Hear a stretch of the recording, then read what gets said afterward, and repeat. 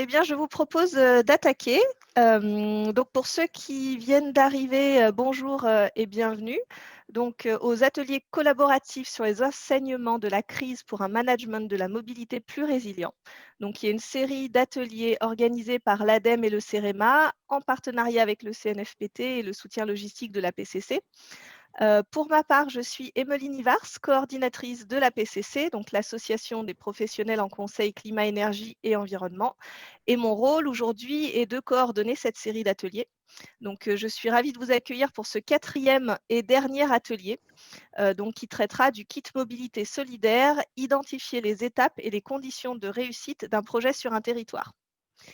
Donc, les ateliers que nous vous proposons entre hier et aujourd'hui s'inscrivent dans le cadre des Journées nationales du management de la mobilité, qui sont organisées tous les 2 ans par l'ADEME, le CEREMA et le CNFPT. Et donc, comme vous l'aurez noté, cette année, en raison de la crise sanitaire, l'édition 2020 n'a pas pu avoir lieu en présentiel. Et donc là, l'idée vraiment, c'est de faire le pont avec la prochaine édition qui aura lieu à l'été 2021 à Lille. Et on souhaite vraiment commencer dès à présent à échanger sur les premiers grands enseignements qui sont liés à cette crise sanitaire et définir, dresser ensemble les sujets qu'on souhaiterait mettre en avant lors de la prochaine édition des JNMM. Donc l'intérêt, l'objectif de cet atelier est double. Dans un premier temps, on va vous partager de l'information parce que pas mal de choses ont avancé, mine de rien. Et dans un second temps, on va vous demander de nous aider à co-construire, de répondre à des questions qu'on va vous poser, donc sous format de sondage, sous format de tableau collaboratif. Voilà. Et donc pour ce faire, on va utiliser un outil collaboratif virtuel qui s'appelle Bicast. Alors, quelques mots sur les synthèses et le replay. On aura une synthèse qui sera mise à disposition, donc la synthèse de toutes vos contributions en ligne, qui sera mise à disposition sur le site dans les semaines qui suivront la fin de cet atelier et on vous enverra un mail pour vous prévenir quand elles seront en ligne. Voilà. Et donc vos réponses sur ces synthèses seront anonymisées pour la partie mise en ligne. Par contre, elles seront transmises nominativement aux organisateurs. Voilà, ça c'est important que vous le sachiez. Donc également, il y a un replay en cours d'enregistrement qui sera mis en ligne également. Maintenant, pour ceux pour qui ce n'est pas encore fait, je vous laisse vous connecter. Je vois qu'il y a à peu près 75 personnes connectées à Bicast sur les 129 participants. Donc, allez-y, c'est à vous. Connectez-vous à Bicast.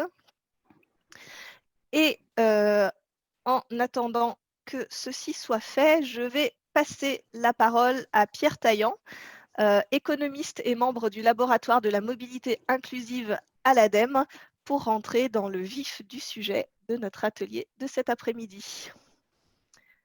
Pierre, c'est à toi. Merci beaucoup, Emeline, pour cette présentation, cette introduction et toutes ces consignes.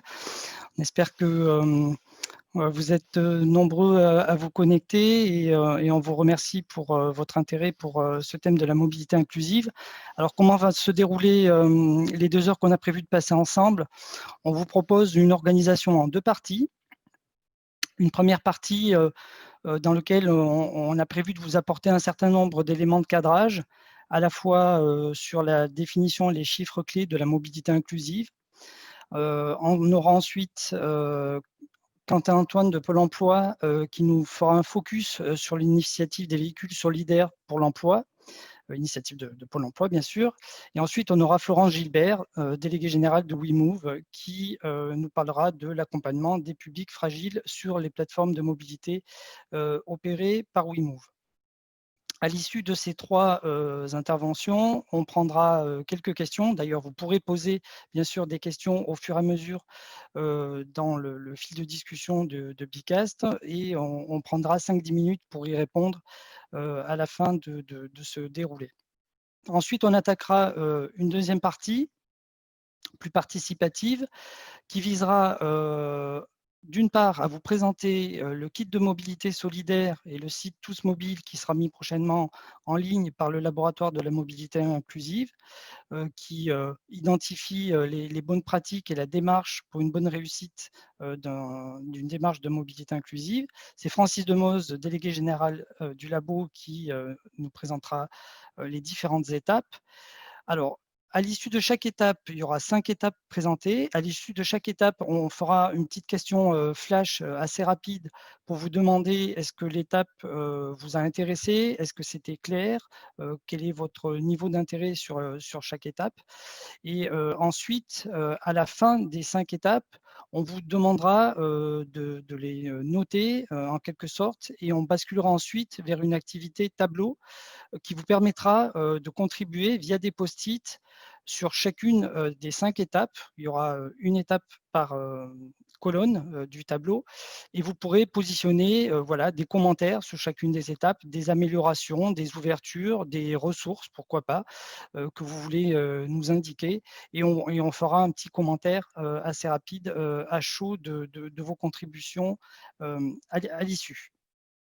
Alors, avant de commencer de parler de mobilité inclusive et de parler de ces chiffres clés, je vous propose une première activité assez rapide pour savoir qui êtes-vous, participants. Vous êtes assez nombreux et on est satisfait. Donc, on vous propose quelques secondes pour voter sur une des catégories de participants, une collectivité, une association, un bureau d'études ou autre. Et vous pouvez nous indiquer, pourquoi pas, dans le fil de discussion qui vous êtes si vous n'êtes pas dans une de ces catégories.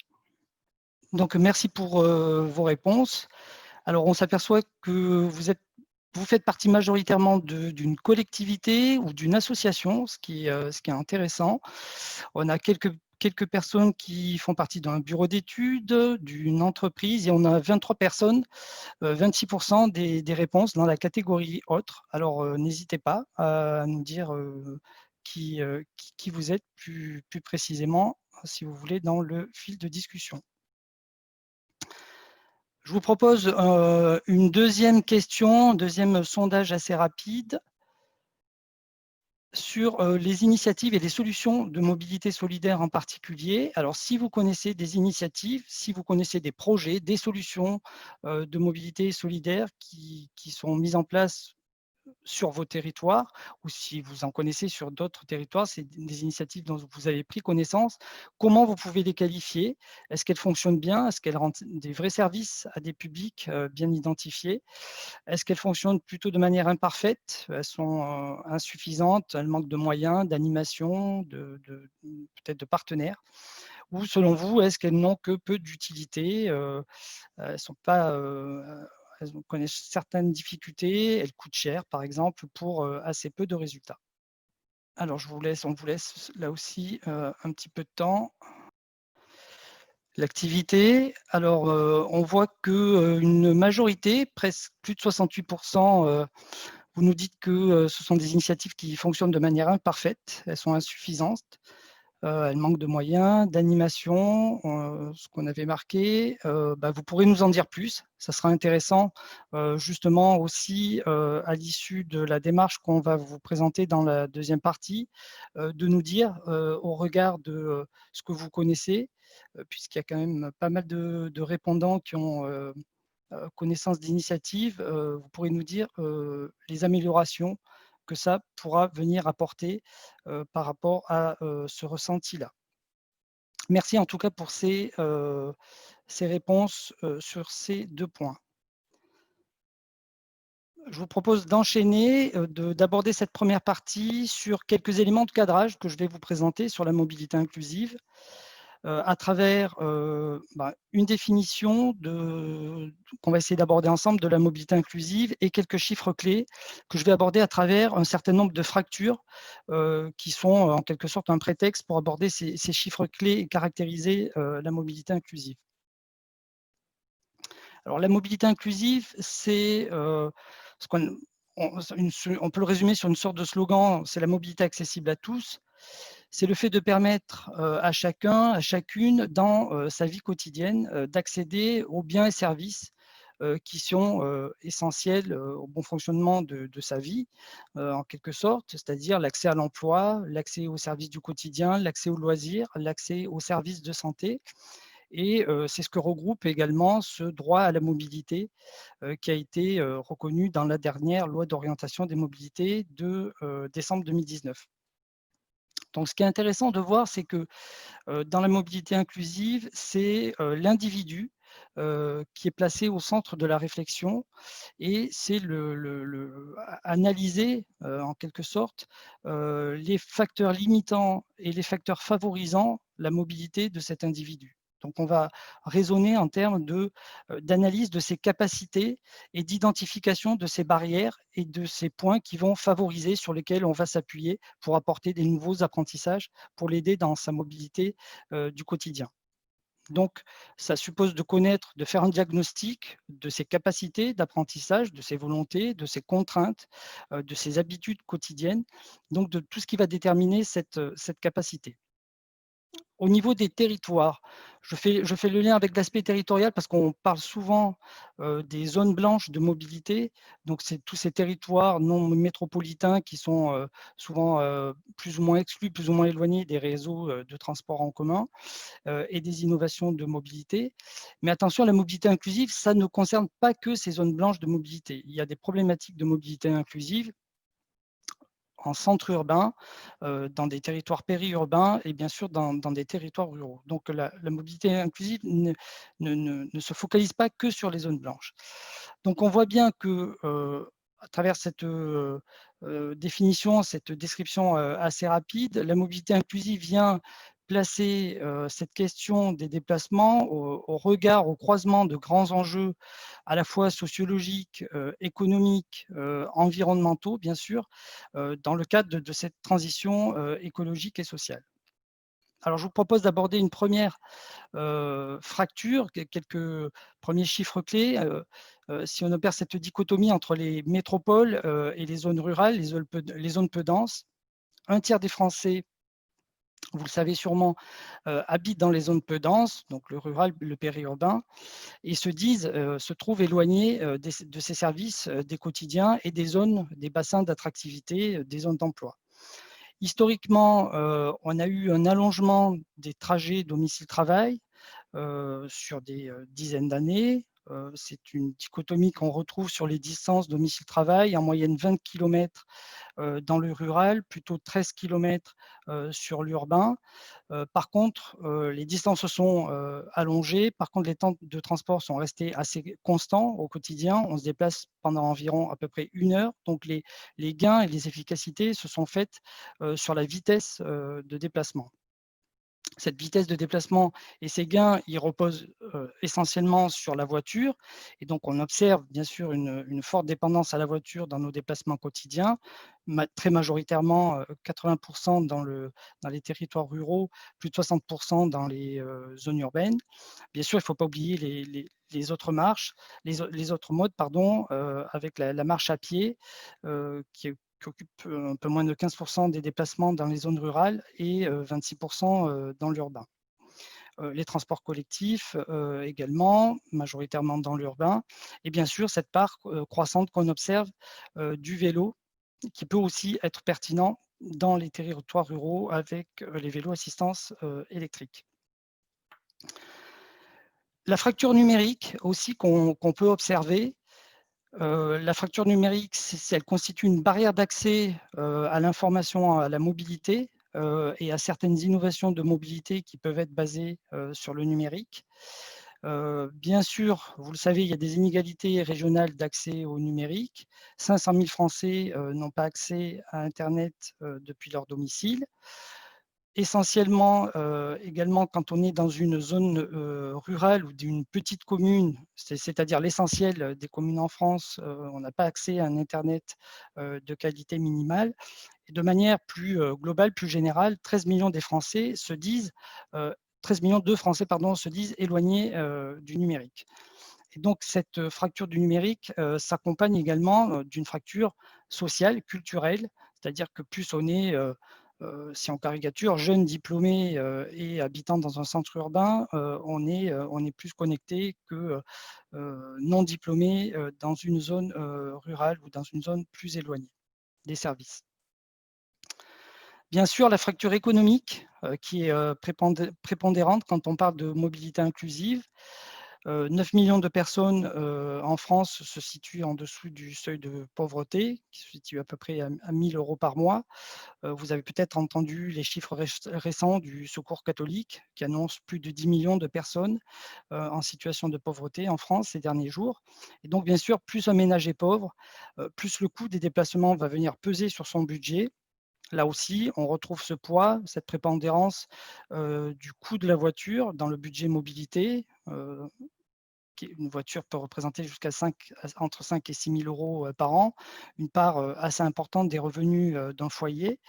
Bien sûr, dans ce poste voiture, le carburant occupe une large part et il constitue en moyenne un quart du budget transport des Français.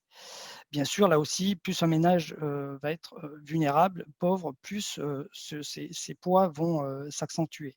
Et là aussi, il peut y avoir des grandes différences territoriales avec des salariés qui vont pouvoir se déplacer dans des centres urbains en transport en commun avec une prise en charge de l'abonnement par l'employeur qui peut réduire les coûts de déplacement par rapport à un salarié dans une zone qui va être peu dense et qui va être dépendant de sa voiture. Également, ne pas oublier les difficultés là, économiques, mais qui sont pas qu'économiques, d'accès au permis de conduire. Un jeune sur 2 ne passe pas son permis ou diffère le fait de passer son permis pour des raisons économiques. Bien sûr, il y a d'autres facteurs qui expliquent le fait de ne pas passer son permis, hein, ou qui expliquent d'autres entraves à la mobilité, comme des difficultés cognitives, des difficultés de maîtrise de la langue, qui peuvent expliquer également tout ça. Fracture économique, fracture sociale. La fracture sociale nous permet de caractériser un petit peu le cœur de ces publics fragiles dont on parle quand on évoque la mobilité inclusive. Ce sont essentiellement ces catégories qui sont mentionnées, c'est-à-dire les jeunes, les seniors, les personnes en recherche d'emploi, bien sûr, les familles monoparentales, les femmes seules, toute la catégorie des travailleurs précaires qui sont souvent dans des métiers de service de la personne ou dans les métiers du bâtiment, qui ont des programmes de mobilité quotidiens parfois qui sont un peu compliqués à réaliser avec différents lieux d'intervention sur une même journée ou des horaires fragmentés ou des horaires décalés. Et bien sûr, les personnes en situation de handicap. Donc, globalement, quand on parle ou quand on peut évoquer ces publics fragiles, ce sont essentiellement sur ces catégories sur lesquelles on s'appuie. Ces personnes vulnérables ont des choix de mobilité très contraints, bien sûr. 50% n'ont pas le permis de conduire et un quart d'entre eux ont des difficultés à se déplacer parce qu'ils n'ont pas de moyens de déplacement disponibles au quotidien. Tout ceci a des impacts sur l'accès à l'emploi, l'accès à la formation. Les études du laboratoire de la mobilité inclusive avaient montré il y a quelques années qu'en France, 20% des actifs se déclaraient en difficulté de mobilité, quel que soit le motif, quelle que soit la barrière qu'on peut évoquer. Bien sûr, c'est une pénalité assez forte sur l'insertion professionnelle et l'insertion sociale. Une personne en insertion sur 2 a déjà refusé un travail pour une cause de mobilité. Et du côté des employeurs, 40% des employeurs affirmaient rencontrer des difficultés à pourvoir en poste en raison d'une problématique de mobilité. Donc, ce sont des chiffres qui restent encore d'actualité et qui est intéressant d'avoir en tête. Et enfin, une fracture liée à l'âge ou à la santé. J'ai parlé des jeunes. Un jeune sur 2 de 18 à 24 ans affirme vivre ce sentiment d'être contraint dans ses déplacements et parfois affirme vivre un sentiment d'assignation dans une zone de territoire ou dans une zone urbaine et a du mal à imaginer à sortir de cette zone pour aller suivre une formation ou aller rechercher un emploi dans une autre partie, par exemple d'une agglomération. Un tiers des sans diplôme, là aussi, ont déjà refusé un emploi faute d'avoir des moyens de se déplacer pour accéder à cet emploi. Du côté des seniors, vous connaissez cette problématique et le poids des seniors dans la prospective de 2030-2060. Un tiers des personnes auront plus de 60 ans en 2060. 30% des seniors, dans les études qu'on avait pu réaliser, déclaraient se déplacer moins d'une fois par jour. Et là aussi, ce sentiment de vivre un isolement, parfois qui pouvait être important dans certaines zones, notamment rurales, et donc qui pouvait contribuer à augmenter ce sentiment ou ce vécu de précarité sociale et de précarité économique. Et là aussi, des situations de dépendance à la voiture dans des territoires peu denses qui peuvent faire courir voilà, une vulnérabilité, un risque d'immobilité si cette voiture tombe en panne et des difficultés pour pouvoir la remplacer ou la réparer ou basculer sur un autre mode de déplacement. Bien sûr, ne pas oublier les 12 millions de personnes en situation de handicap en France, 850 000 personnes à mobilité réduite et un tiers d'entre eux qui ont besoin d'une aide matérielle pour se déplacer. Voilà un petit peu ce qu'on pouvait dire pour aborder la définition de la mobilité inclusive et ces chiffres clés qui nous permettent de caractériser et de positionner l'ensemble de ces problématiques. Je passe la parole à Quentin Antoine qui va nous parler de l'initiative des véhicules solidaires pour l'emploi chez Pôle emploi. Oui, exactement. Alors, bonjour à tous. Merci Pierre pour les éléments que tu as partagés avec nous. Merci aussi pour cette invitation. Je suis honoré d'être présent parmi vous pour vous parler en fait plus globalement de Pôle emploi et la question de la mobilité. Quel est le positionnement de l'établissement vis-à-vis en fait de cette thématique qui est assez centrale, et puis dans un deuxième temps, une fois en fait cette présentation effectuée, mettre l'accent sur un dispositif qu'on a conduit donc sous l'initiative de WeMove et avec des partenaires clés du champ de la mobilité solidaire pendant le premier confinement qu'on a effectivement tous vécu au printemps et qui s'appelait donc des véhicules solidaires pour l'emploi. Alors tout d'abord, en fait, ça peut effectivement surprendre certains d'entre vous. Pourquoi Pôle emploi agit-il sur le champ de la mobilité? D'abord, et ça c'est un constat en fait assez empirique vis-à-vis duquel les conseillers à l'emploi sont confrontés quotidiennement, la mobilité est un véritable frein structurant à l'emploi. Et en fait, à trois niveaux. D'abord, parce que les difficultés de mobilité peuvent entraver, complexifier les trajectoires individuelles d'accès à l'emploi des demandeurs d'emploi qu'on accompagne. Une extraction récente dans nos fichiers avait montré d'ailleurs que 637 000 demandeurs d'emploi, donc jugés immédiatement disponibles, déclaraient ne pas être en possession du permis de conduire et ne pas disposer de moyens de déplacement à proximité de leur domicile. Ce sont autant de demandeurs d'emploi qui, à un moment de leur parcours, vont être bloqués et freinés dans leur accès à l'emploi ou à la formation.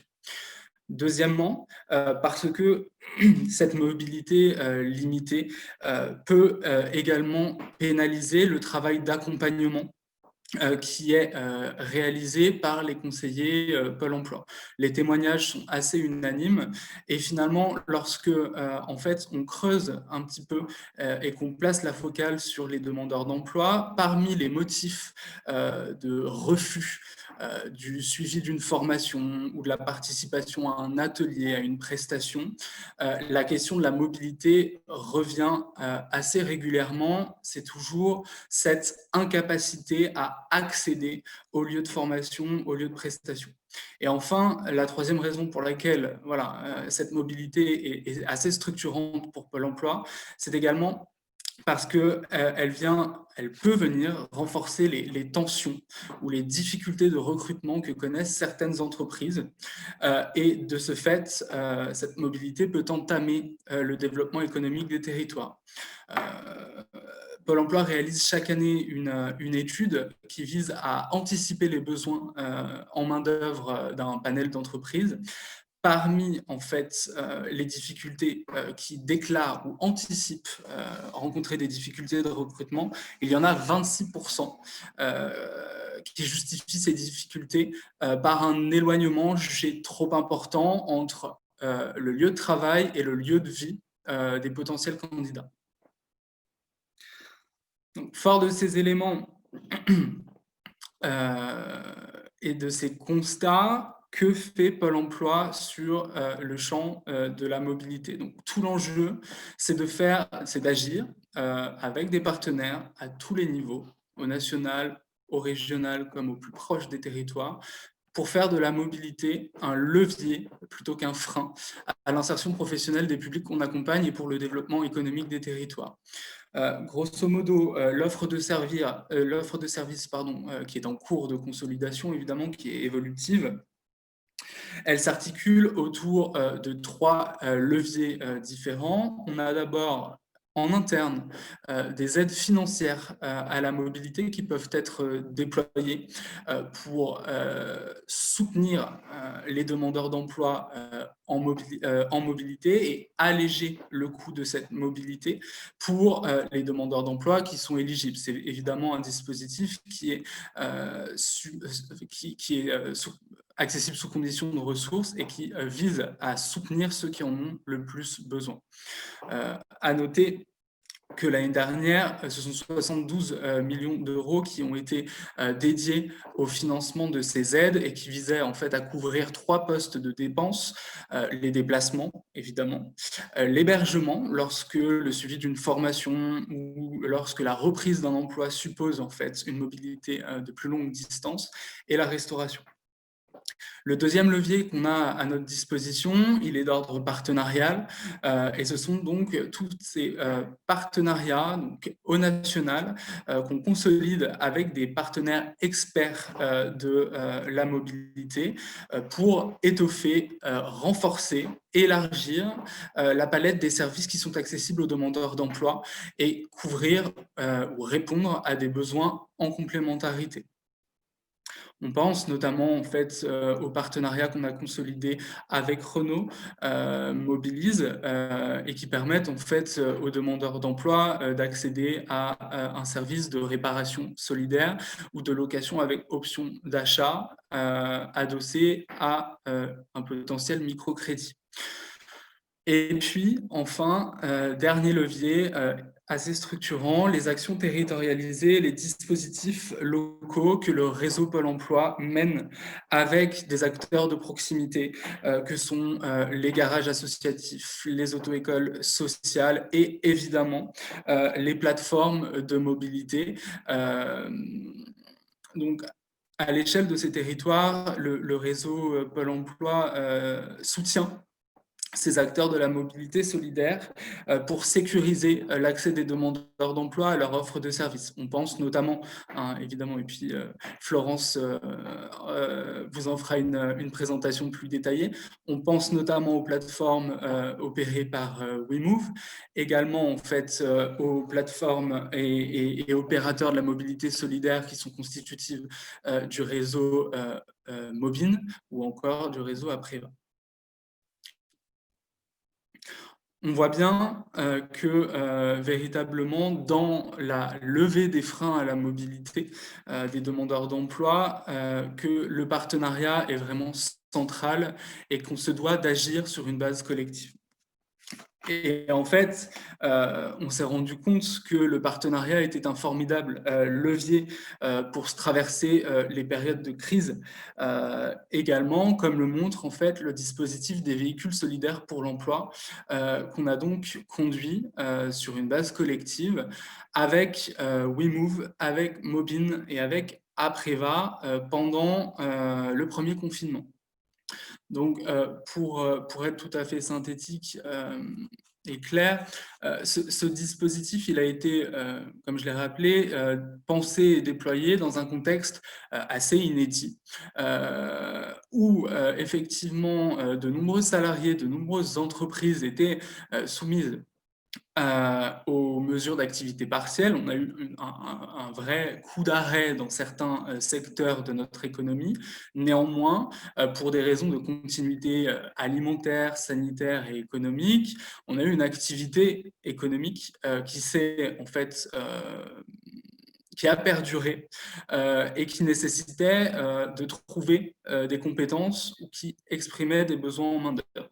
Le problème, c'est que dans ce contexte un petit peu inédit toujours, l'accès au lieu de travail était rendu complexe, voire impossible pour des demandeurs d'emploi qui ne disposaient pas d'une solution de mobilité individuelle. Il nous a donc fallu réfléchir et trouver des solutions pour répondre à ces besoins. Le levier qu'on a identifié, ça a été ces partenaires de la mobilité inclusive et solidaire qui étaient prêts à s'engager et à mettre à disposition les flottes de véhicules qui étaient en fait qui étaient en leur possession et qui, du fait du confinement, étaient inactifs. On a donc réfléchi et proposé aux demandeurs d'emploi qui se positionnaient sur des offres jugées prioritaires, un service gratuit et temporaire de location de véhicules pour leur permettre simplement d'accéder à leur lieu de travail et de se positionner sur les offres qui étaient recensées depuis une plateforme qui s'appelait Mobilisation Emploi. Donc le mode opératoire était assez simple. En fait, on a chaque conseiller actif au sein des 1000 agences locales de Pôle emploi a été informé de l'existence de ce dispositif. Ce conseiller était en charge d'identifier les publics, d'exprimer les besoins à des référents qui avaient été identifiés au niveau de chaque direction territoriale, au niveau de chaque département en fait. Et c'est ce référent départemental qui était chargé de passer la main aux partenaires de la mobilité solidaire qui étaient actifs, qu'il s'agisse donc de WeMove, de Mobine ou d'Apreva. Le tout en essayant de trouver donc une solution qui soit adaptée à la situation de la personne. Des solutions, donc, je le rappelle, entièrement gratuites pour le demandeur d'emploi, des solutions qui étaient temporaires et qui ne pouvaient pas perdurer après la levée du confinement, et des solutions multimodales. Il n'était pas que question de voitures. Les partenaires de la mobilité étaient en mesure de proposer des modes doux, des vélos à assistance électrique, des scooters, etc.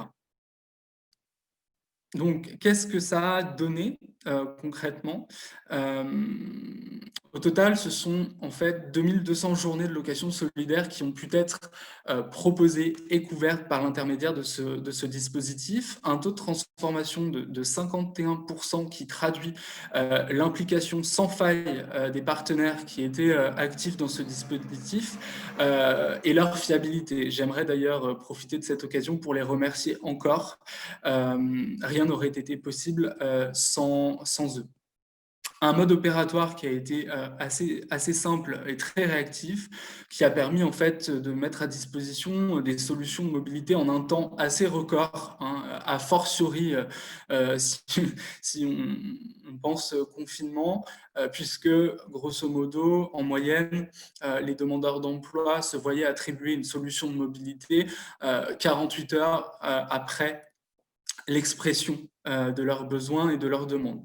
Et une satisfaction globale alors des publics, c'est très important, mais aussi de l'ensemble du réseau territorial de Pôle emploi qui ont fortement apprécié l'élan de solidarité qui s'est consolidé autour de et qui s'est incarné au travers de ce dispositif, et véritablement une belle opportunité aussi pour tisser ou renforcer des liens, des coopérations, des partenariats entre le réseau Pôle emploi et les acteurs de la mobilité solidaire qui étaient présents à l'échelle des territoires.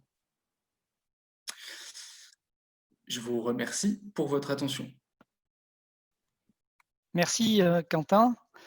Il y a quelques questions sur cette initiative de Pôle emploi. On vous propose de répondre à l'ensemble des questions à la fin des 3 interventions ça sera peut-être la manière de procéder la plus simple. Oui. Je passe la parole et j'enchaîne. Je passe la parole à Florence Julbert qui va nous parler de l'accompagnement des publics fragiles sur les plateformes de mobilité WeMove. Florence, tu as la parole. Bonjour, merci beaucoup. Je suis ravie d'être parmi vous. Je voulais remercier quand même énormément Quentin pour sa présentation de cette initiative. Et nous étions vraiment très heureux de pouvoir évidemment être actifs pendant cette crise. Et sous couvert de ce que dira Quentin, je crois qu'on est à nouveau en confinement et que donc on est à nouveau en train de mettre en place cette action. Moi, je voulais vous partager, donc Pierre, c'est ouais. Passer les slides, merci beaucoup. Je voulais commencer par vous partager en fait quelques données qui émanent de la collaboration qu'on a avec FNH sur le baromètre des mobilités du quotidien, parce que oui, la mobilité, c'est la mobilité inclusive, c'est l'accessibilité à la mobilité, mais à une mobilité la plus durable possible. Et donc, il y a des chiffres intéressants à retenir. Il y a 89% des Français qui se disent préoccupés par la crise environnementale et qui se traduit par 60% des 18 à 24 ans qui souhaitent changer leur manière de se déplacer et qui pensent que les déplacements contribuent à la crise environnementale. Ça se traduit directement par 38% des automobilistes qui souhaitent réduire l'usage de leur véhicule individuel d'ici à 10 ans. Une personne sur deux qui pense pouvoir faire tout ou partie de son trajet en vélo. Et j'imagine qu'avec la crise Covid que nous sommes en train de vivre, ces chiffres vont évoluer, peut-être négativement pour les 38% de personnes qui imaginaient réduire l'utilisation de leur véhicule, mais par contre, certainement plus de 1 à 2 pour 2 personnes qui utiliseraient pour tout ou partie de son trajet le vélo. Ouais.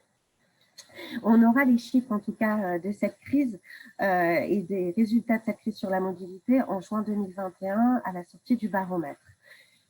Oui, la mobilité, mais on n'est pas tous égaux. On l'a vu tout à l'heure, Pierre Taillon nous l'a rappelé. 50% des Français ont une difficulté pour pouvoir se déplacer à cause de freins financiers.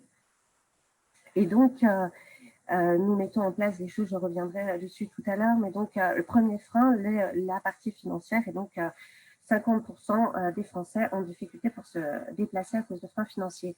Ce qui est préoccupant et particulièrement important, c'est 29% des jeunes qui ont des difficultés à imaginer prendre les transports en commun par peur de prendre les transports en commun. Chiffre impressionnant puisque ce n'est pas quelque chose d'ultra intuitif. 55% des Français pensent ne pas avoir le choix dans leur déplacement, subissent le mode de déplacement qu'ils utilisent. Et dans les territoires ruraux, ce chiffre évolue et augmente à 85%. Je veux bien que tu passes cette slide. Et ce que je voulais vous rappeler aussi par rapport aux chiffres que tu as donnés tout à l'heure sur le laboratoire de la mobilité inclusive, oui, effectivement, 1 personne sur 2 a déjà refusé un emploi. Et donc, on le voyait dans le baromètre des mobilités, dans le laboratoire de la mobilité inclusive en 2014, ce qui est rappelé dans les chiffres du baromètre. L'impact de WeMove. Donc, aujourd'hui, WeMove accompagne près de 15 000 personnes. Quand on sait que le besoin, c'est 7 millions de personnes qui sont aujourd'hui en empêchement de mobilité, qui ont cette épée de Damoclès au-dessus de la tête, on voit qu'on est encore un coup d'épée dans l'eau et donc il faut absolument qu'on trouve des moyens de déployer ces dispositifs. Les résultats de la structure, on le rappelait tout à l'heure, c'est vraiment un lien important évidemment avec l'emploi. On a 42% des sorties positives suite à un accompagnement à mobilité après avoir été envoyé par Pôle emploi ou à l'émission locale. Et on a 60% d'amélioration de l'employabilité de nos publics. L'impact de la mobilité sur les seniors. On a développé un dispositif particulièrement depuis 2015 sur ces publics seniors, c'est vraiment intéressant parce qu'en fait, tous les modes de mobilité évoluent après un accompagnement, donc le covoiturage, la marche à pied, la prise des transports en commun. La seule qui réduit, c'est l'utilisation de la voiture individuelle.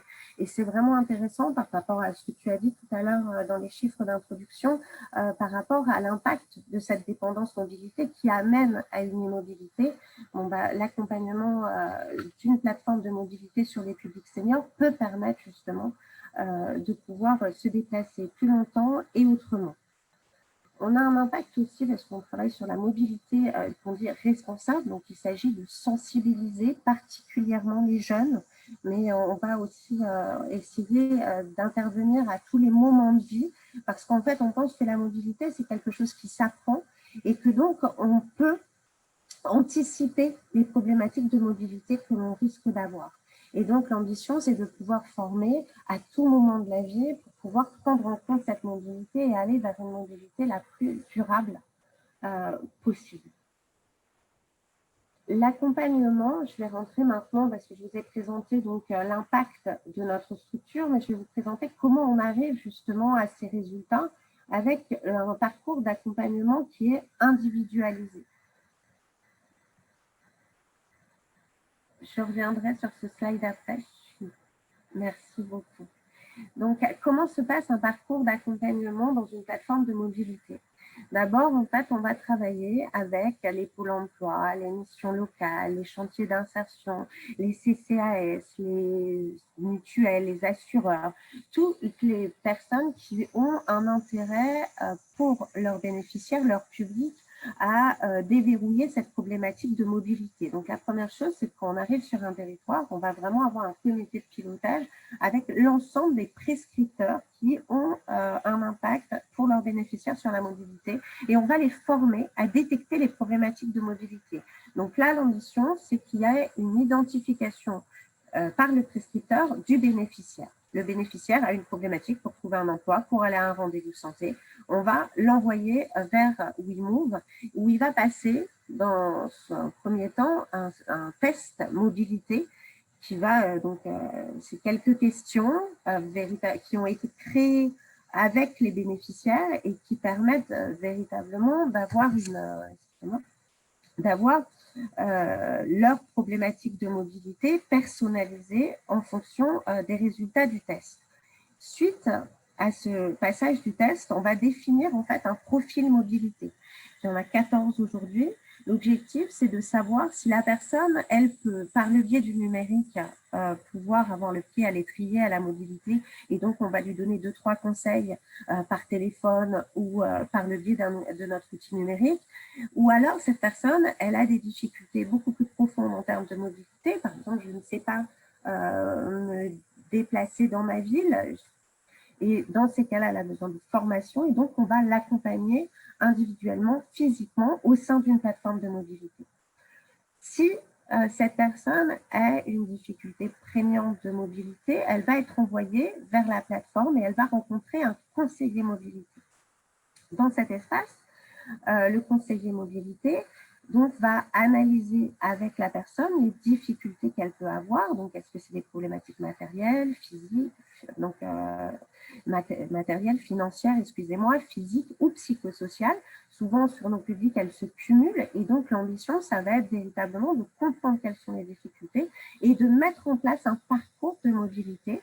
Donc, en proposant des formations, évidemment, donc on l'a vu tout à l'heure, par exemple, je ne sais pas me déplacer dans ma ville, donc pouvoir se repérer dans sa ville, des formations vélo, des formations à utiliser les transports en commun, les outils du territoire, et également à comprendre quelles sont les solutions qui lui sont accessibles sur le territoire.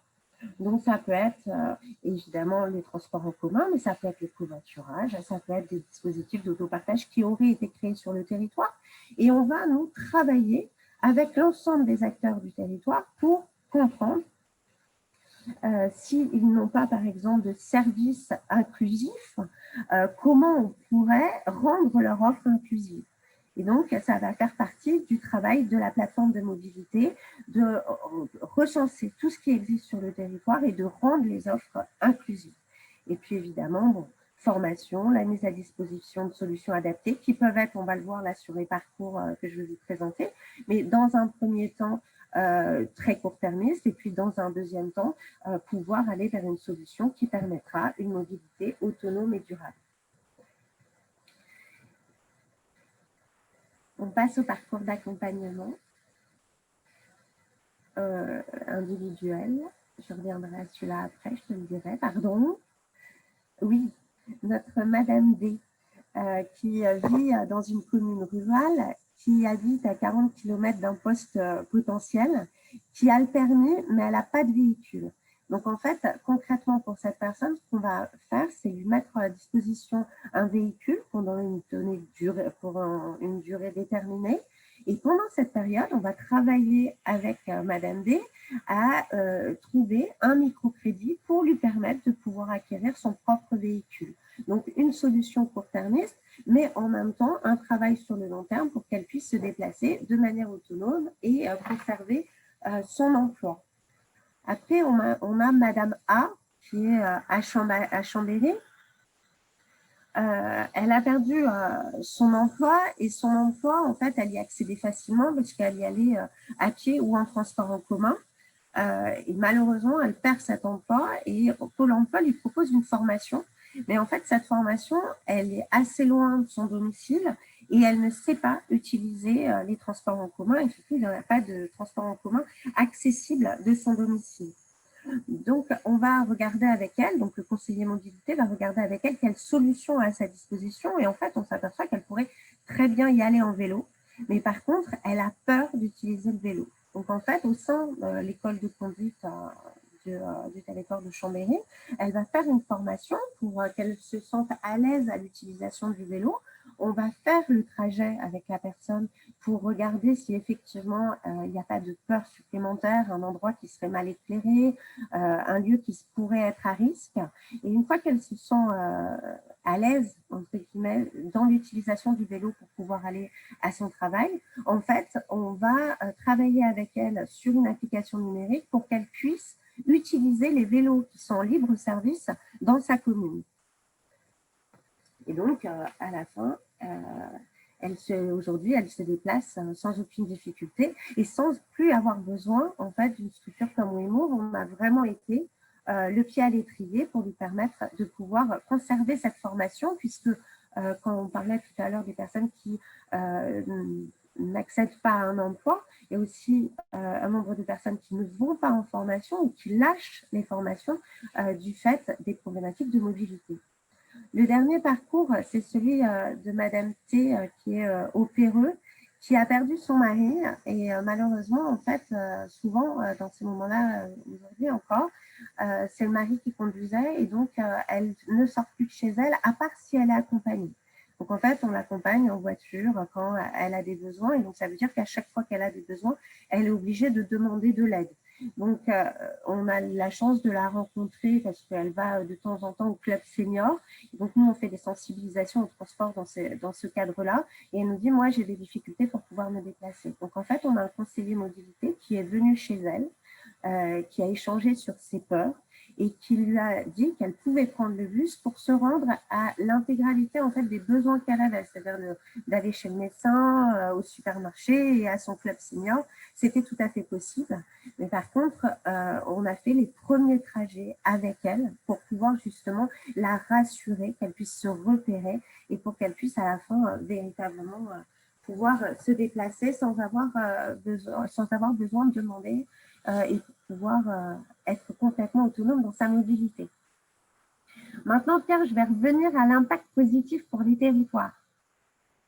Parce que quelque part, je pense qu'on a vu l'impact positif sur l'accompagnement des publics. Donc, on a vu évidemment que ça permettait une mobilité. Donc, ça a évidemment un impact social, un impact environnemental, mais ça a aussi un intérêt par rapport au diagnostic du territoire. Parce que à force de rencontrer ces publics, en fait, on a des données sur le territoire. Quelles sont les difficultés quand on prend le bus, quels sont les manques qu'il peut y avoir sur le territoire et qu'est-ce qu'il faudrait co-créer. Et donc, il y a la possibilité, comme vous le voyez sur le slide, de co-créer des solutions. C'est-à-dire que quand une plateforme de mobilité s'installe sur un territoire, elle travaille vraiment avec tout l'écosystème. Et donc, s'il manque, par exemple, un transport à la demande à 6 heures du matin parce qu'il n'y a pas de bus sur ce territoire, elle peut imaginer le co-créer avec l'opérateur du territoire. Et donc, l'ambition, ça va vraiment être de, face au diagnostic du territoire, donc les difficultés que l'on peut avoir, de mettre en face la co-création de solutions qu'on va pouvoir imaginer. Donc, je l'ai dit tout à l'heure, ça peut être des offres de mobilité inclusive, c'est-à-dire qu'il y a des offres sur le territoire, mais elles ne sont pas inclusives. Je n'ai pas la carte bleue, par exemple. Bon, bah, ça va être de déjouer un petit peu ces difficultés et de proposer des solutions et donc de co-créer des solutions avec les opérateurs. Évidemment, le quatrième impact positif sur le territoire, c'est ce comité de pilotage que les plateformes de mobilité permettent, où là, vous allez retrouver les personnes qui travaillent sur le transport, mais les personnes qui travaillent sur le social, les personnes âgées, les demandeurs d'emploi, les personnes qui travaillent sur l'environnement. Et en fait, tout le monde autour de cette mobilité inclusive et durable a intérêt à justement décloisonner et à arrêter de travailler en silo et de créer des synergies. Et donc, vraiment, c'est l'impact positif, il me semble, pour les territoires sur lesquels les plateformes sont implantées aujourd'hui. WeMove engagé en faveur de la mobilité durable. Donc, je ne l'ai pas dit dans les impacts tout à l'heure. C'est un autre slide, Pierre. Je ne sais pas où est-ce s'il est directement Alors, c'était... après. Donc, laisse celui-là, j'y reviens si tu veux juste après. Donc, je voulais juste faire un focus sur le fait que nous, on était véritablement engagés dans cette dynamique de mobilité durable. Aujourd'hui, on sait que 74% des personnes qui ont été accompagnées par l'association ont une mobilité plus durable en sortant du dispositif.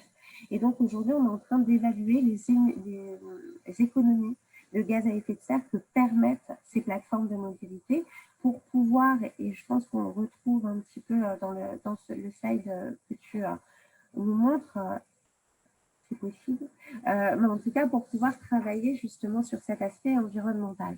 Donc effectivement, les plateformes de mobilité, quand elles ont été créées, elles ont servi à faire reconnaître la difficulté des publics fragiles qui n'étaient pas véritablement représentés dans la loi LOTI, qui donnait un droit au transport, mais qui ne permettait pas de voir en fonction du citoyen les difficultés d'accessibilité vers ces transports.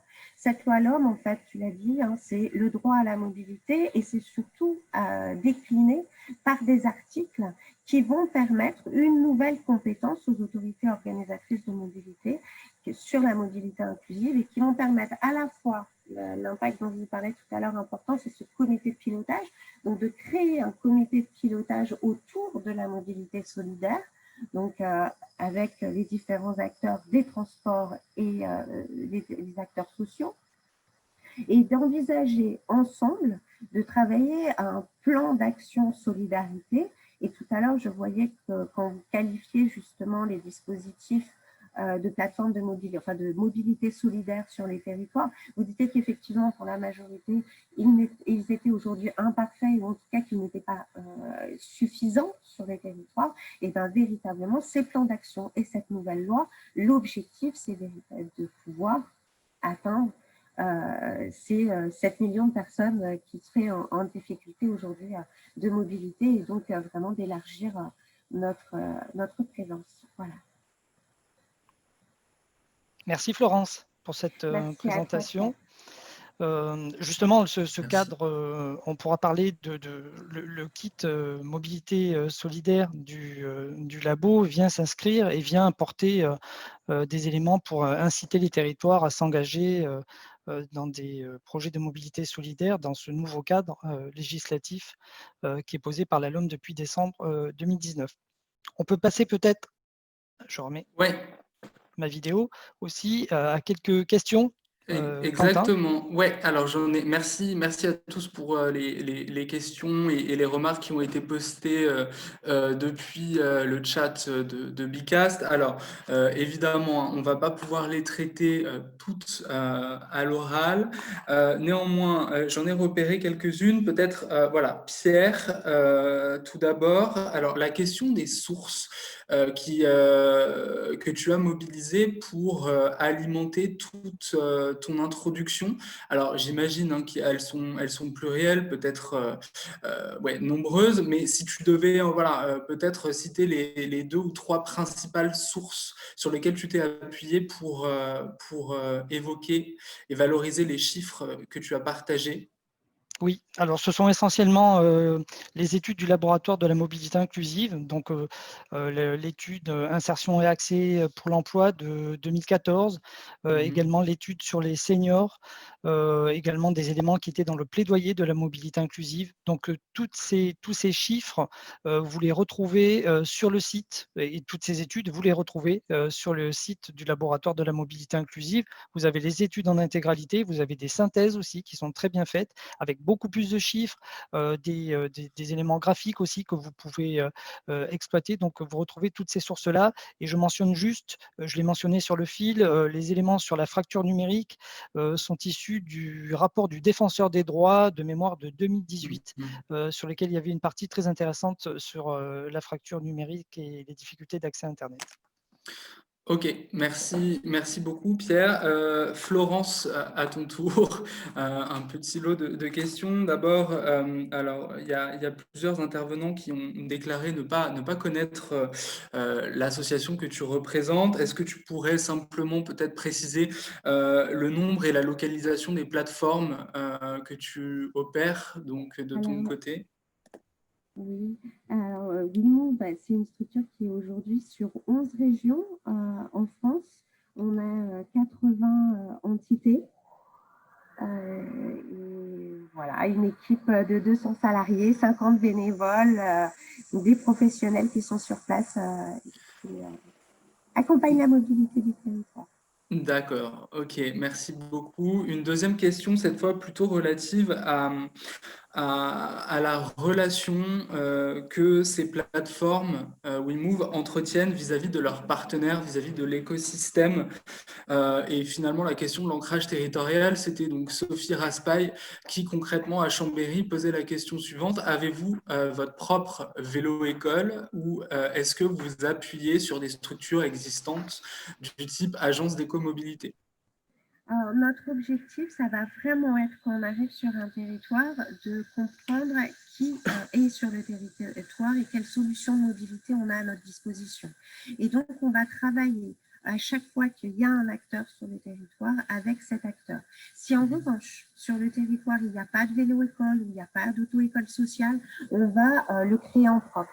Mais dans un premier temps, l'ambition, ça va être soit de travailler avec l'acteur, soit s'il y a un acteur à côté même, de le faire venir sur le territoire où on est présent, puisque vraiment le cœur de métier de notre structure, c'est l'accompagnement à la mobilité, et donc c'est des conseillers mobilité qui sont là pour former, pour informer et pour mettre en relation. Donc, et de la même manière avec les opérateurs de transport.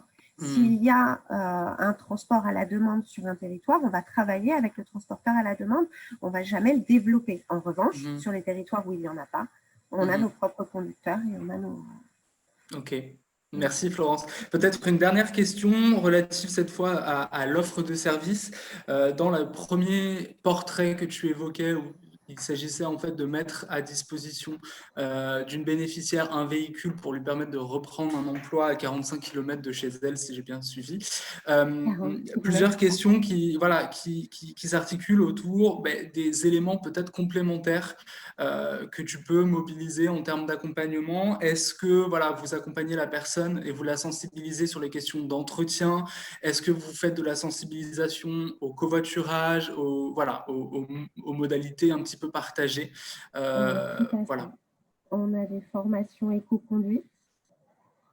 Et on va évidemment accompagner donc on a tout un volet sécurité routière chez WeMove, et vraiment on va l'activer à partir du moment où, alors, sur la voiture, mais pas seulement, Dans les vélos-écoles, on a aussi des formations pour apprendre à faire l'entretien sur son vélo. Donc vraiment, l'ambition, ça va être de lui permettre d'avoir une mobilité la plus durable possible. Simplement un chiffre, on accompagne 15 000 personnes par an. Sur ces 15 000 personnes, on met à disposition 3% de voitures individuelles. Donc vraiment, sur ces 3%, on va travailler au covoiturage, et on va travailler à l'éco-conduite et évidemment tous les sujets de reprise de conduite qu'il peut y avoir autour de cette problématique. Ok, merci beaucoup Florence. Alors, avant de passer au module suivant, donc 2 questions que j'ai identifiées concernant Pôle emploi. Donc, je vais avoir le plaisir de poser à la fois les questions et fournir les éléments de réponse. C'est suffisamment rare pour être noté. Alors, simplement une petite précision, lorsque je parlais de transformation concernant le dispositif des véhicules solidaires pour l'emploi, je parlais ici du ratio entre le nombre de demandes exprimées par le réseau Pôle emploi aux partenaires qui étaient actifs dans ce dispositif-là et le nombre de solutions fournies et donc de demandes qui ont été acceptées. Donc, grosso modo, un taux de transformation assez important qui témoignait de la fiabilité du dispositif et de l'implication des partenaires de la mobilité. Et également une deuxième question, donc relative plutôt cette fois au périmètre de l'offre de services de Pôle emploi. Donc, ce qui relève en fait des aides financières à la mobilité, elles sont disponibles évidemment à l'échelle de l'ensemble du territoire national, outre-mer compris. Les partenariats qu'on consolide à l'échelle de la direction générale que je représente ont également vocation à se déployer à l'échelle territoriale et d'embarquer tout l'écosystème Pôle emploi selon les mêmes modalités pour fournir en fait un premier socle de réponse à l'ensemble des demandeurs d'emploi. Par contre, le troisième levier, donc, qui était cette fois plutôt relatif aux actions territoriales, là pour le coup, on a une vraie diversité et une belle, une belle territorialisation. En fait, c'est-à-dire que les directions territoriales et les agences Pôle emploi contractent ou créent des coopérations se basant sur un diagnostic territorial et identifient en fait les acteurs, les partenaires qui seront en mesure de répondre aux besoins du territoire et des publics. Donc, on a en fait une petite une logique de territorialisation qui est au cœur de notre offre de services s'agissant de la mobilité. Voilà pour les questions. Je te repasse la main, Pierre. Oui, c'est parfait. Merci beaucoup pour ces interventions. Merci pour les questions. Écoutez, on reste disponible dans tous les cas. N'hésitez pas à nous contacter pour nous faire part de réflexions, d'éléments complémentaires. Si vous souhaitez qu'on vous renvoie vers des sources, si vous souhaitez des approfondissements, on est bien sûr à votre disposition. Je vous propose d'enchaîner sur la deuxième partie de notre webinaire, sur la partie atelier participatif et la présentation des étapes de ce kit de la mobilité solidaire qui est travaillé par le laboratoire de la mobilité inclusive et le ministère de la transition écologique, qui va donner lieu au site Tous Mobiles. Quelques éléments que va vous présenter Francis Demoz, délégué général du laboratoire de la mobilité inclusive, nouvellement arrivé, qu'on est ravi d'accueillir. Quelques éléments d'introduction et ensuite la présentation des étapes de la démarche et on vous demandera de réagir successivement pour essayer de porter un regard collectif sur cette démarche qui est en cours de finalisation. Je te laisse le micro, Francis. Merci Pierre, bonjour à tous. Je suis ravi d'être avec vous. Je suis donc le nouveau délégué du laboratoire de la mobilité inclusive. Depuis sa création, depuis 2013, le LMI soutient le développement d'une mobilité pour tous. Il regroupe 15 membres issus des sphères publiques et privées de la société civile.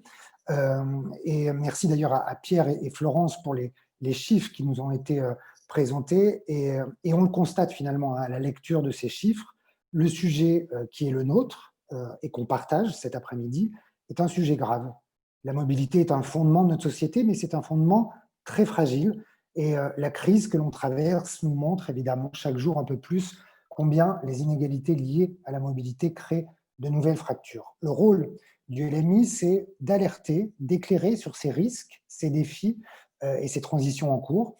Il s'inscrit aussi dans l'action pour accompagner, pour soutenir les collectivités, les citoyens, les entreprises qui souhaitent engager des dispositifs de mobilité plus inclusifs.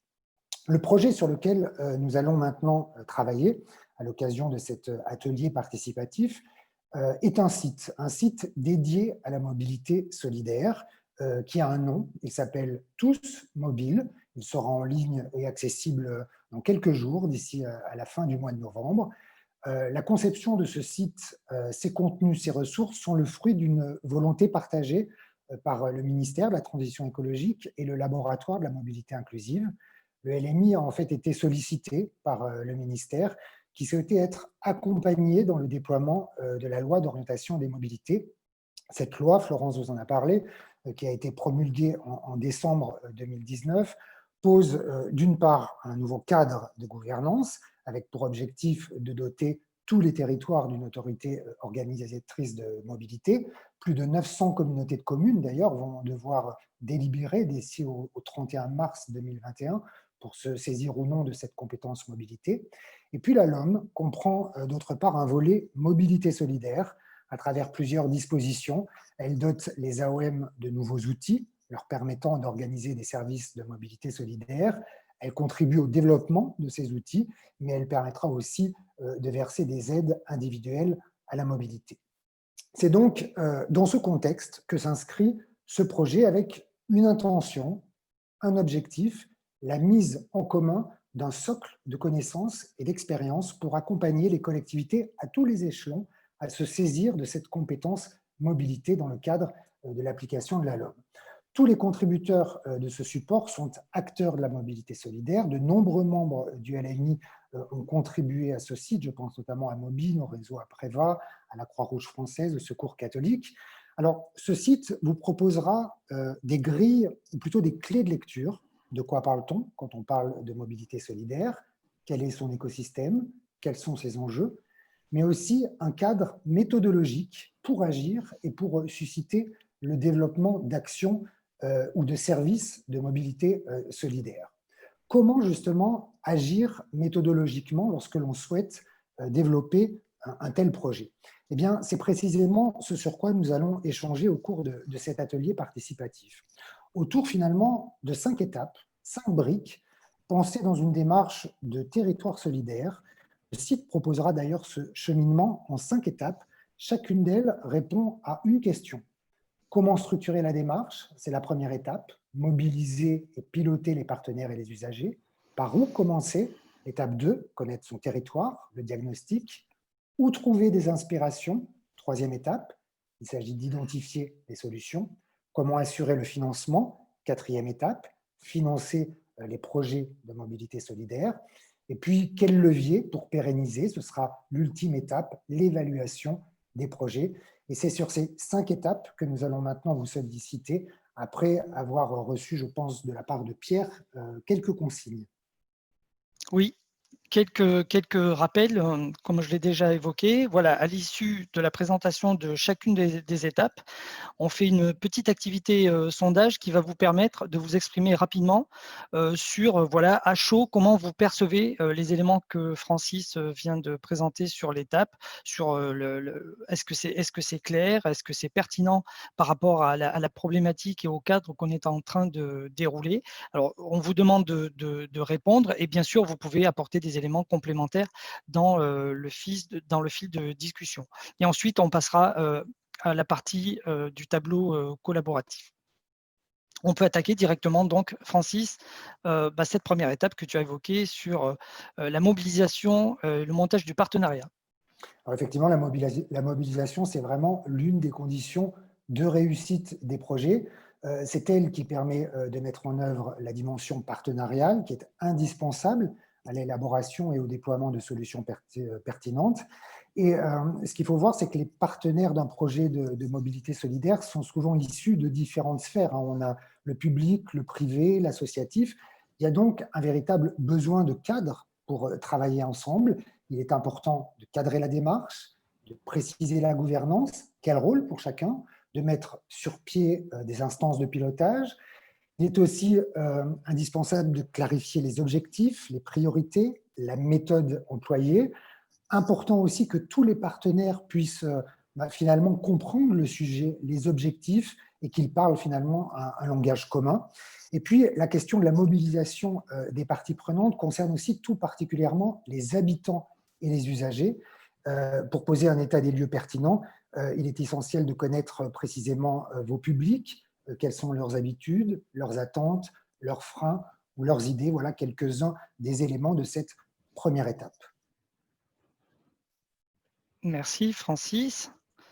Je vous propose donc de réagir sur cette étape du montage du partenariat, de la structuration du projet au départ, de l'organisation de la gouvernance.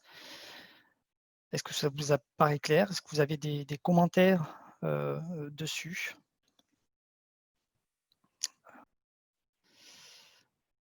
Je vous propose d'arrêter là.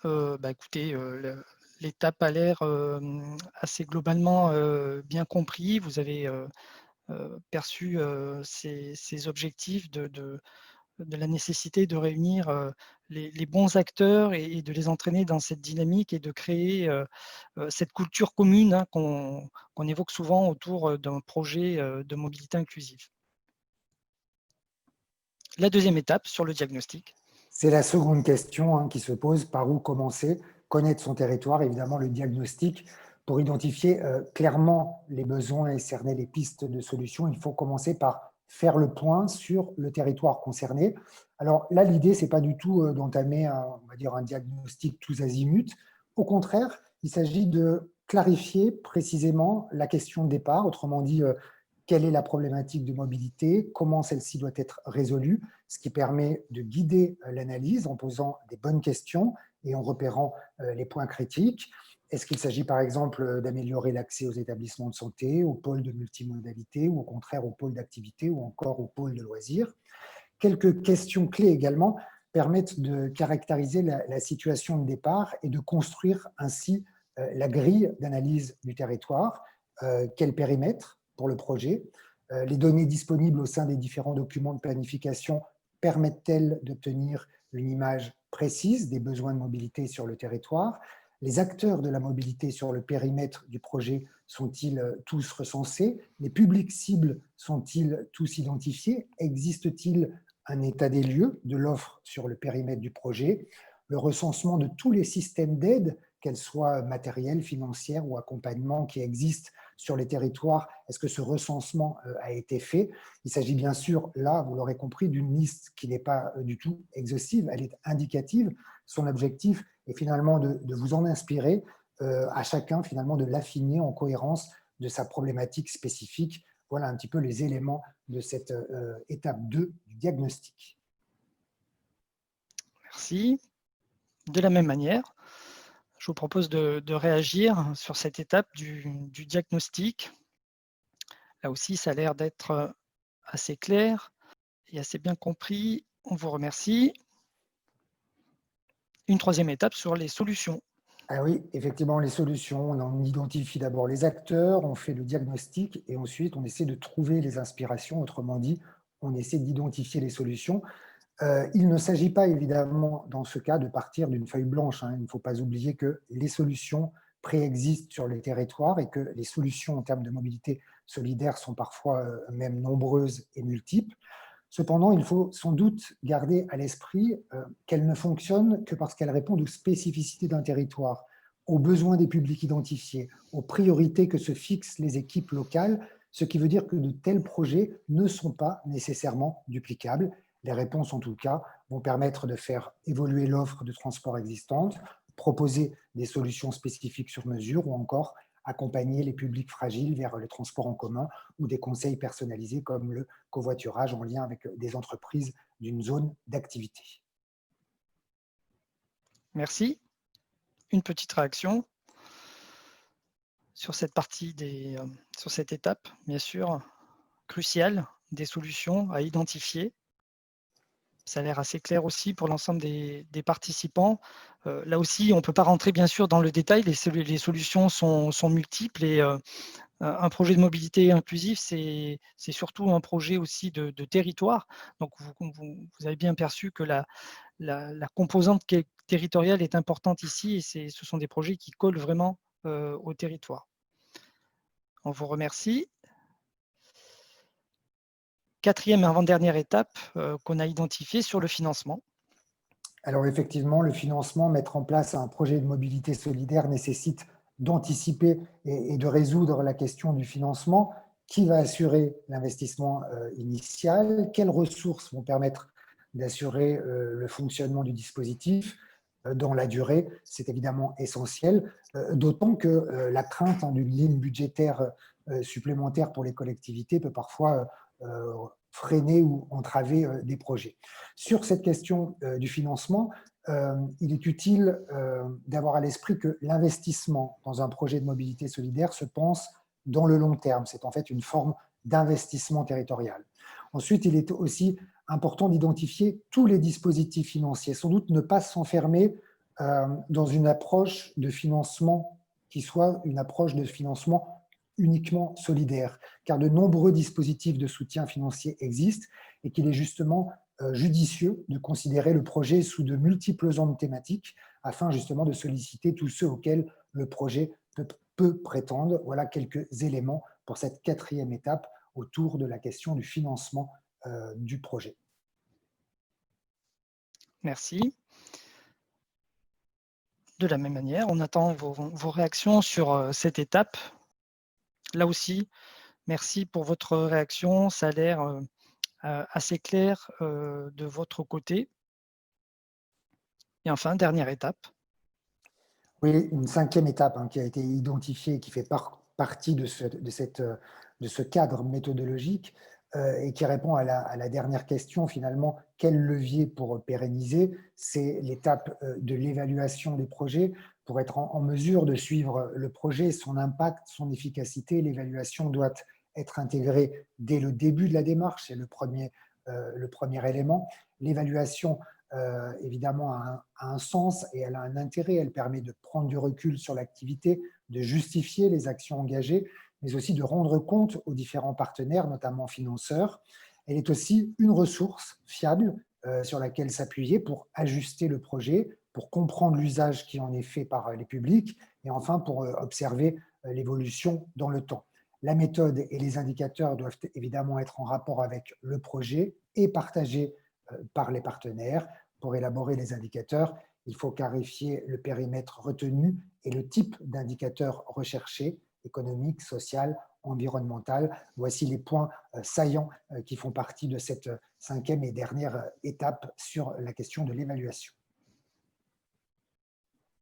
Merci. Enfin, on vous demande une dernière fois de réagir. Voilà, on vous remercie. Là aussi, ça a l'air assez clair de votre côté.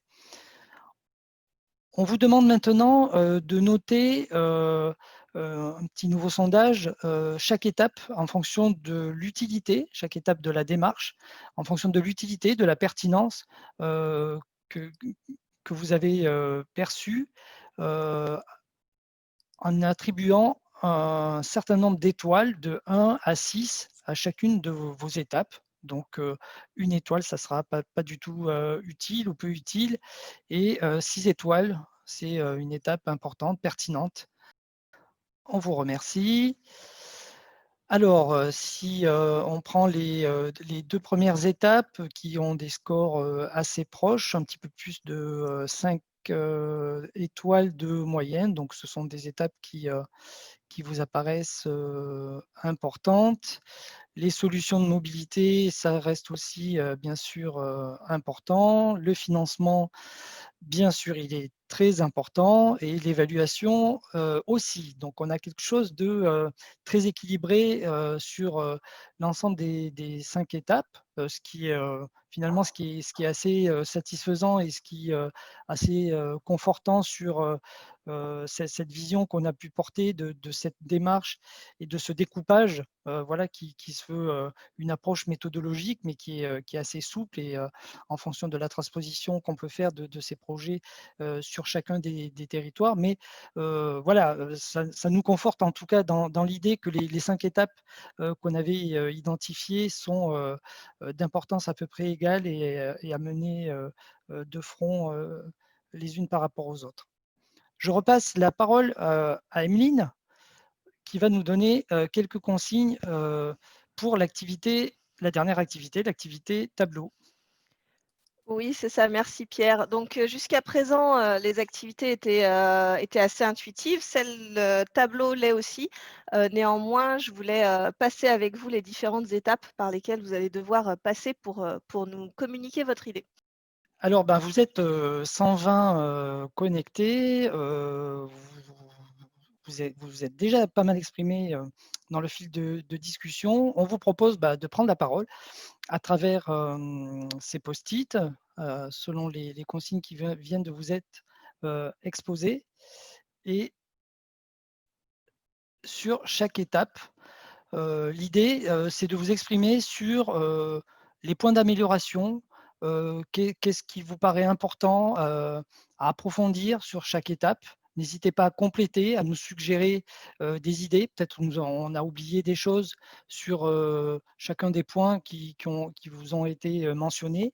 N'hésitez pas à nous mentionner des ressources qui vous paraissent importantes ou si vous avez des idées de sources intéressantes. Ça pourra nous aider à compléter les ressources qui figureront sur le site Tous Mobiles.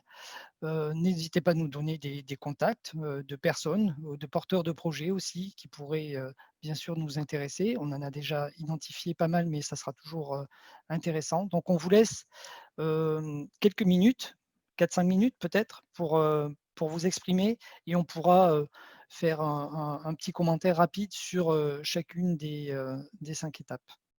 Alors on peut balayer rapidement ensemble et mes collègues d'animation, Francis, Quentin, Florence, n'hésitez pas aussi à réagir sur les post-it. Bien sûr, sur la mobilisation donc, et le montage du partenariat, intégrer les acteurs de mobilité des gens en place sur le territoire. Bien sûr, c'est un point important qui a été mentionné, c'est faire un état des lieux exhaustif, vraiment pousser à la fois des solutions de mobilité et bien sûr des acteurs de mobilité qui sont déjà présents sur le territoire pour savoir déjà quelle est la situation de départ et sur qui on peut s'appuyer et avec qui il faut se coordonner. On vous donnera ensuite voilà, des exemples de mobilisation de projets sur le site internet. La définition des objectifs, on en a parlé, des cartes partenariales aussi, bien sûr, ça fait partie d'outils pour fluidifier la coordination et la gouvernance d'un projet. Bien sûr, le retour des usagers, je crois que ça a été évoqué par Francis, par le biais, par exemple, d'ateliers et de rencontres avec les usagers pour mieux caractériser leurs besoins. La communication, bien sûr, qui est importante via les réseaux sociaux pour mobiliser à la fois les partenaires, les usagers.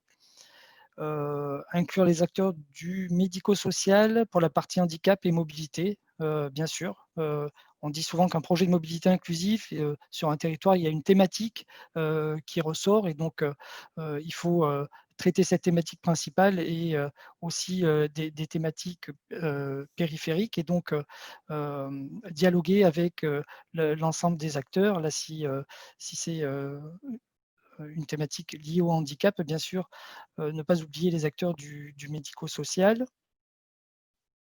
Bien sûr, il faut trouver les bons interlocuteurs, y compris chez les opérateurs de transport public. Une remarque intéressante sur l'ingénierie des délégations de services publics pour intégrer ces problématiques de mobilité. C'est déjà le cas.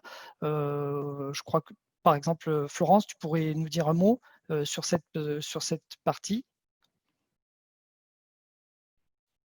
Je ne sais pas si tu nous entends, Florence, puisque WeMove a déjà travaillé avec des opérateurs de mobilité pour répondre au volet mobilité inclusive dans le cadre d'appels d'offres, de délégation de services publics. Oui, oui, effectivement, on a répondu aujourd'hui sur 3 territoires dans le cadre de délégation de services publics en tant qu'opérateur. C'est-à-dire qu'en fait, on n'est pas le porteur de la délégation de service public. On travaille vraiment comme prestataire de l'opérateur du territoire. Par contre, on a répondu sur la dimension solidaire. Et donc, on met en place des accompagnements avec des conseillers mobilité sur le site des opérateurs. D'accord. Donc, c'est quelque chose qui se déploie grâce à la loi d'orientation des mobilités, qui a prévu justement cette nouvelle compétence et donc qui permet dans les délégations de services publics d'avoir aujourd'hui un volet solidarité. Oui, merci. Ne pas oublier les acteurs privés, bien sûr. On a mentionné l'ensemble des catégories d'acteurs, transporteurs, associations, bien sûr, start-up qui vont pouvoir porter des innovations aussi sur certaines solutions de mobilité et pas que en milieu urbain, encore une fois. Je peux aussi spécifier, Pierre, sur ce point-là, particulièrement sur la ruralité. Ce qui est intéressant, c'est aussi de faire intervenir des opérateurs de mobilité, mais souvent qui interviennent dans l'urbain, pour voir justement avec eux comment travailler, je l'ai vu tout à l'heure, mais le modèle économique qui pourrait être déployé pour la location, par exemple, vélo assistance électrique sur un territoire rural où aujourd'hui, en fait, on ne le met pas en place, travailler justement ce modèle économique et faire venir des acteurs qui ont l'habitude de le faire dans l'urbain. Parce qu'on voit que cette difficulté, en fait, de modèle économique fait que ces acteurs ne viennent pas d'eux-mêmes, en fait, sur les territoires ruraux. Et donc, il y a vraiment à travailler sur cette innovation, trouver des financements particuliers, donc les accompagner un peu dans cette démarche. Donc, ce n'est pas notre métier de plateforme de mobilité, mais par contre, on co-construit avec le territoire en disant, OK, sur ces solutions-là, il n'y a pas de dispositif, mais voilà comment on envisage de pouvoir trouver à moyen terme un modèle économique. Oui, d'accord. Merci pour ces compléments. Sur la partie connaissance du territoire et diagnostic, bien sûr, ne pas oublier le volet handicap des PDU. Trouver les bons indicateurs, les bonnes comparaisons, les bonnes interprétations. Alors là aussi, c'est une méthodologie qui est assez ouverte. Chaque projet doit développer ces indicateurs pertinents du côté quantitatif, qualitatif. Tu m'as donné la parole, Pierre, je me permets de réagir aussi. Oui, vas-y, je t'en prie. Il faut aussi absolument arrêter de travailler en silo. C'est-à-dire que ce qui est intéressant dans cette côté, on met en avant effectivement ce public PMR, mais personnes âgées, demandeurs d'emploi et pourquoi pas les publics fragiles en général dans leur mobilité. Et donc, ça permet à la fois de toucher plus de public et à la fois d'avoir accès à différents modes de mobilité qui sont, tout à l'heure, je l'ai lu dans les commentaires, mais souvent stigmatisants et stigmatisés. Et donc, il faut qu'on lève un petit peu ce sujet-là en disant, OK, on accompagne tel et tel public, mais en revanche, c'est un public beaucoup plus large qui peut avoir accès à ces services. Ouais. Merci pour ce commentaire. Pas mal de réactions, de posts sur la création du langage commun et ce partage du diagnostic, puisque chacun des acteurs avec sa casquette d'origine va venir apporter des éléments, sa vision aussi sur le projet et ses ressources, sa connaissance du territoire et dans l'optique de ce que tu disais, Florence, de décloisonner aussi ces politiques pour pas parler que de mobilité, mais on parle de mobilité, d'insertion, d'aménagement du territoire, pourquoi pas. Et donc, bien sûr, c'est ce langage commun, c'est cette reprise des diagnostics, comme c'est indiqué ici. Et tout ça aboutit à mettre en place, ce qui est mentionné également, ces objectifs communs. C'est vraiment ce partage. Il y a aussi un poste sur former au diagnostic tous les partenaires. Voilà, c'est tout ce partage commun et la création d'une culture commune autour d'un même projet qui est important ici. Réaliser des enquêtes de terrain auprès des habitants, oui, ça peut faire partie des volets complémentaires d'un diagnostic qui est fait à partir des documents, par exemple, de planification dont on peut disposer au départ d'un projet. Mais je l'ai dit, il y a des enquêtes ad hoc aussi à mener pour aller plus loin, pour vraiment compléter le panorama qu'on veut sur, voilà, sur le fait de mener des études quantitatives, qualitatives. Ne pas oublier, on l'a dit, répéter cette compétence citoyenne. J'aime bien ce terme d'ailleurs, compétence citoyenne et expertise d'usage qui est bien sûr important. On peut passer à la troisième catégorie, à la troisième étape qui portait sur l'identification des solutions. Avoir un site qui recense les solutions de mobilité inclusive sur le territoire, comme le site France Mobilité, bien sûr. Tous les outils, j'aurais tendance à dire, qui permettent de recenser les solutions de mobilité et les acteurs qui les portent sont bons à prendre pour réaliser ce travail assez complet qui est nécessaire d'identification des solutions. La mise en place d'ateliers pour faire rencontrer les acteurs, on en a parlé sur la gouvernance. Bien sûr, se poser la question de la compatibilité des solutions mobilité durable, éco-mobilité solidaire, en quelque sorte, bien sûr. Donc, ça veut dire aussi, dans les indicateurs, d'intégrer assez tôt des indicateurs de mobilité durable dans le projet pour évaluer l'impact aussi environnemental de l'accompagnement des publics qui sont visés et l'impact d'un projet d'une manière plus générale sur le territoire. Un certain nombre de solutions qui sont mentionnées. Vous retrouverez pas mal d'exemples, pas mal d'illustrations sur le site Tous Mobiles et pas mal de retours d'expérience. Qu'est-ce qu'on pourrait relever Dans Oui, cette rubrique identifier les solutions de mobilité inclusive, je pense qu'il y a aussi identifier les solutions en général. Oui. En se disant comment on peut les rendre inclusives au lieu de recréer quelque chose.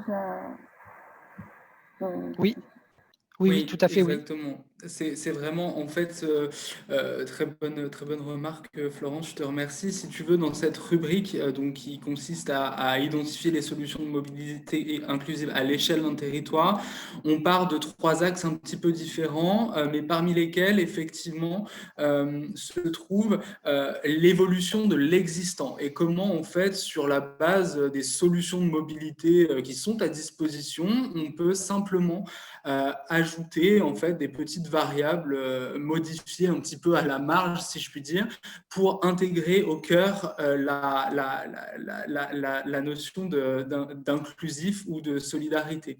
Alors à la marge ou non, évidemment, mais l'objectif c'est de montrer que faire de la mobilité solidaire ou inclusive, ça peut être simple au fait, et c'est pas nécessairement une usine à gaz, ou ce n'est pas en fait partir d'une feuille blanche et créer des solutions ex nihilo. Ouais. Merci Quentin. Un post sur le rappel, sur le conseil qui peut être apporté par les cellules d'appui régionales France Mobilité, que vous connaissez sûrement, sur le site francemobilité.fr, qui rassemble bien sûr dans les régions l'ADEME, le CEREMA, la Banque des territoires et les DREAL. Je vous propose de passer Quelques commentaires sur la partie financement des projets de mobilité solidaire. Disposer d'un état des lieux précis des financements mobilisables. Là aussi, on l'a dit, il y a des financements à différents échelons territoriaux et donc il est important d'avoir accès à des sources d'informations sur les différents financements. Et on l'a vu dans le détail qu'a présenté Francis tout à l'heure, pas que sur la thématique de mobilité. Il est important de croiser les différentes thématiques, là aussi, sur les financements. Avoir une cartographie de l'existant, voilà, on l'a dit. Il manque l'équivalent d'une bourse French Tech pour les initiatives solidaires et sociales. Alors oui, les financements sont assez émiettés, assez hétérogènes, parfois limités dans le temps, des appels à projets, etc., qui sont limités dans le temps. Donc, il faut avoir une veille assez active sur cette partie des financements. Définir un modèle économique durable en incluant les employeurs du territoire. Là aussi, bien sûr, un point très important, on l'a dit, les employeurs et les représentants des employeurs d'un territoire sont bien sûr des acteurs clés dans le montage d'un projet de mobilité solidaire et la participation des entreprises et des acteurs de l'emploi.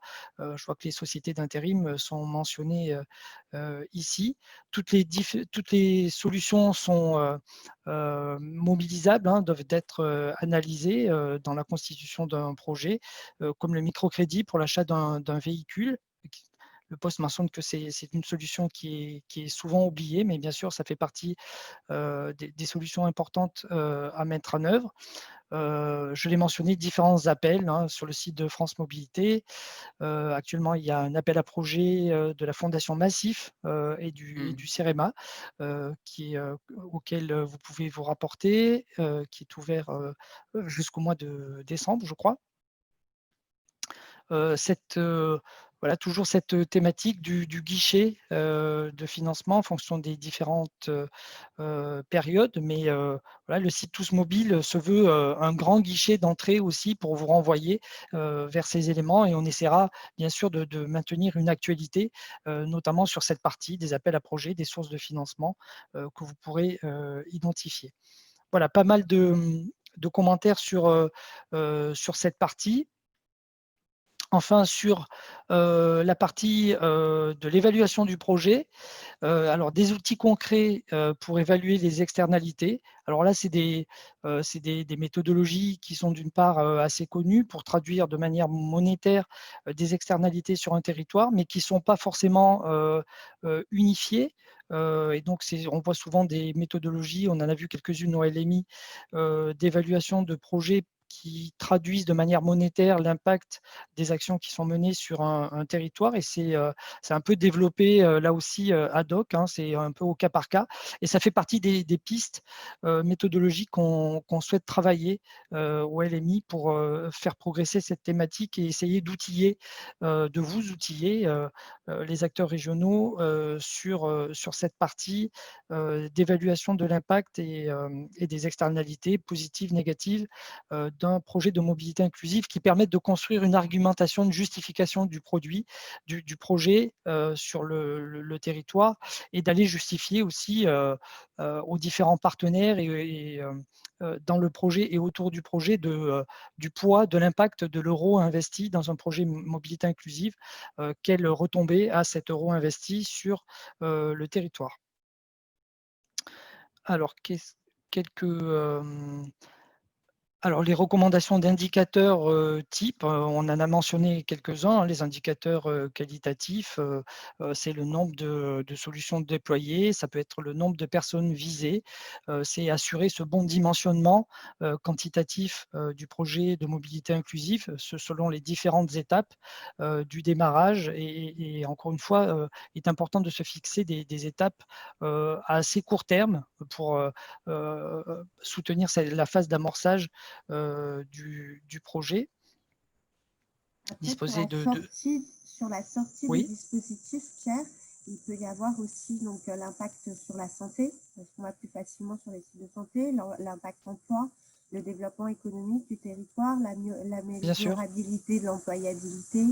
Et tout ça, il faut le prévoir en fait dans la manière dont on récupère les informations auprès de. Donc, il faut le prévoir à la création du projet quelque part pour être en capacité d'évaluer à court, à moyen et à long terme.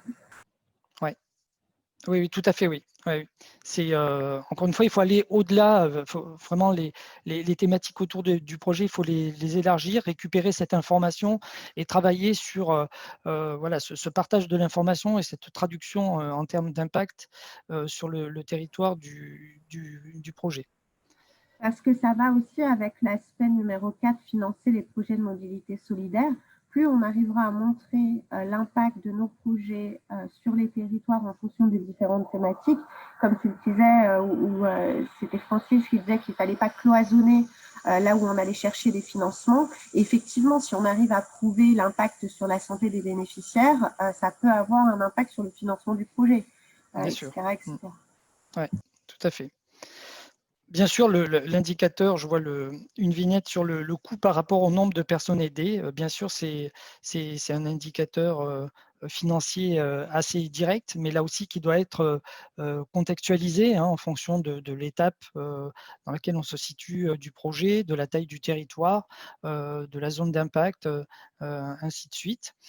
Favoriser le travail universitaire en multipliant les thèses thématiques.